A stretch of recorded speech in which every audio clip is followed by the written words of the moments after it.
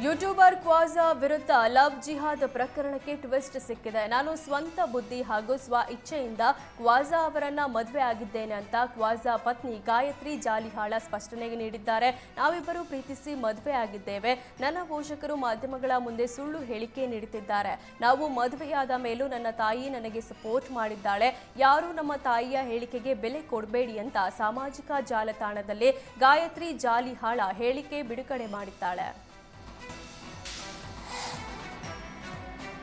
ಆಸ್ತಿಗಾಗಿ ಹೆತ್ತ ತಂದೆಯನ್ನೇ ಪಾಪಿ ಮಗ ಕೊಂದ ಘಟನೆ ಬೆಂಗಳೂರು ಹೊರವಲಯ ಬಾಗಲಗುಂಟೆಯ ಕೆಂಪೇಗೌಡ ನಗರದಲ್ಲಿ ನಡೆದಿದೆ. ಮಂಜು ಅಲಿಯಾಸ್ ಮಂಜಣ್ಣ ಕೊಲಿಯಾದ ತಂದೆ ಮನೋಜ್ ತಂದೆಯನ್ನೇ ಕೊಂದ ಪಾಪಿ ಮಗ.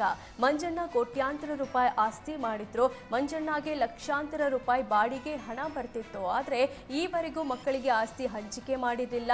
ಹೀಗಾಗಿ ಅಪ್ಪನ ಆಸ್ತಿ ಲಪಟಾಯಿಸಲು ಪುತ್ರ ಮನೋಜ್ ಸ್ನೇಹಿತ ಪ್ರವೀಣ್ ಜೊತೆ ಸೇರಿ ಪ್ಲಾನ್ ಮಾಡಿ ತಂದೆಯನ್ನ ಟವಲ್ನಿಂದ ಕುತ್ತಿಗೆ ಹಿಸುಕಿ ಭೀಕರವಾಗಿ ಕೊಲೆ ಮಾಡಿದ್ದಾನೆ. ಬಳಿಕ ನಮ್ಮ ತಂದೆಗೆ ಹಾರ್ಟ್ ಅಟ್ಯಾಕ್ ಆಗಿದೆ ಅಂತ ಬಿಂಬಿಸಿದ್ದ. ಆದರೆ ಮರಣೋತ್ತರ ಪರೀಕ್ಷೆಯಲ್ಲಿ ಕುತ್ತಿಗೆ ಹಿಸುಕಿ ಕೊಲೆ ಮಾಡಿರೋದು ಬೆಳಕಿಗೆ ಬಂದಿದೆ. ಸದ್ಯ ಇಬ್ಬರು ಆರೋಪಿಗಳನ್ನ ಬಾಗಲಗುಂಟೆ ಪೊಲೀಸರು ಬಂಧಿಸಿದ್ದಾರೆ. ಘಟನಾ ಸಂಬಂಧ ಬಾಗಲಗುಂಟೆ ಠಾಣೆಯಲ್ಲಿ ದೂರು ದಾಖಲಾಗಿದೆ. ರಾಯಚೂರು ಜಿಲ್ಲೆ ಲಿಂಗಸಗೂರು ತಾಲೂಕಿನ ಈಚನಾಳ ಗ್ರಾಮ ಪಂಚಾಯಿತಿಯಲ್ಲಿ ಭಾರೀ ಅವ್ಯವಹಾರ ಆರೋಪ ಕೇಳಿ ಬಂದಿದೆ.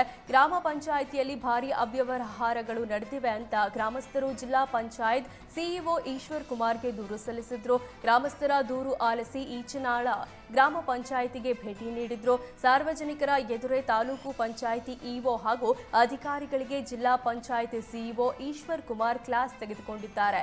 ಉದ್ಯೋಗ ಖಾತ್ರಿ ಯೋಜನೆಯಲ್ಲಿ ಜಾಬ್ ಕಾರ್ಡ್ ಕೊಡಬೇಕು, ಕೂಲಿ ಕಾರ್ಮಿಕರಿಗೆ ಕೆಲಸ ನೀಡಬೇಕು, ಉದ್ಯೋಗ ಖಾತ್ರಿ ಯೋಜನೆಯಲ್ಲಿ ವಾಲಿಬಾಲ್ ಮೈದಾನ ಮಾಡದೆ ಹಣ ಲೂಟಿ ಮಾಡಿದ ಆರೋಪ ಕೇಳಿ ಬಂದಿದೆ. ಗ್ರಾಮ ಪಂಚಾಯಿತಿಯಲ್ಲಿ ಕೆಲಸ ಮಾಡಿಸಲು ಯಾರು ದುಡ್ಡು ಕೊಡಬೇಡಿ ಅಂತ ಗ್ರಾಮಸ್ಥರಿಗೆ ಜಿಲ್ಲಾ ಪಂಚಾಯಿತಿ ಸಿಇಒ ಈಶ್ವರ್ ಕುಮಾರ್ ಕಾಂದು ಹೇಳಿದ್ದಾರೆ. ರಾಮನಗರ ಜಿಲ್ಲೆಯಲ್ಲಿ ಹಾಸ್ಟೆಲ್ ವಾರ್ಡನ್ ನಿರ್ಲಕ್ಷ್ಯಕ್ಕೆ ಗೋಧಿ ಮಣ್ಣು ಪಾಲಾಗಿತ್ತು. ಈ ಪ್ರಕರಣಕ್ಕೆ ಸಂಬಂಧಿಸಿದಂತೆ ವಾರ್ಡನ್ ಯೋಗೇಶ್ ವಿರುದ್ಧ ಕ್ರಿಮಿನಲ್ ಕೇಸ್ ದಾಖಲಿಸಲಾಗಿದೆ. ರಾಮನಗರ ದೇವರಾಜು ಅರಸು ಹಿಂದುಳಿದ ವರ್ಗಗಳ ಮೆಟ್ರಿಕ್ ಹಾಸ್ಟೆಲ್ನಲ್ಲಿ ಗೋಧಿ ಹಾಳಾಗಿದೆ ಅಂತ ಹಾಸ್ಟೆಲ್ ಪಕ್ಕದಲ್ಲೇ ಗುಂಡಿ ತೋಡಿ ಗೋಧಿ ಮೂಟೆಗಳನ್ನು ವಾರ್ಡನ್ ಯೋಗೇಶ್ ಹೊತ್ತಿದ್ದ. ಇದೀಗ ಹಿಂದುಳಿದ ವರ್ಗಗಳ ಕಲ್ಯಾಣ ಇಲಾಖೆಯ ಆಯುಕ್ತ ಕೆಎಸ್ ದಯಾನಂದ್ ಸೂಚನೆ ಮೇರೆಗೆ ಪ್ರಕರಣ ದಾಖಲಿಸಲಾಗಿದೆ.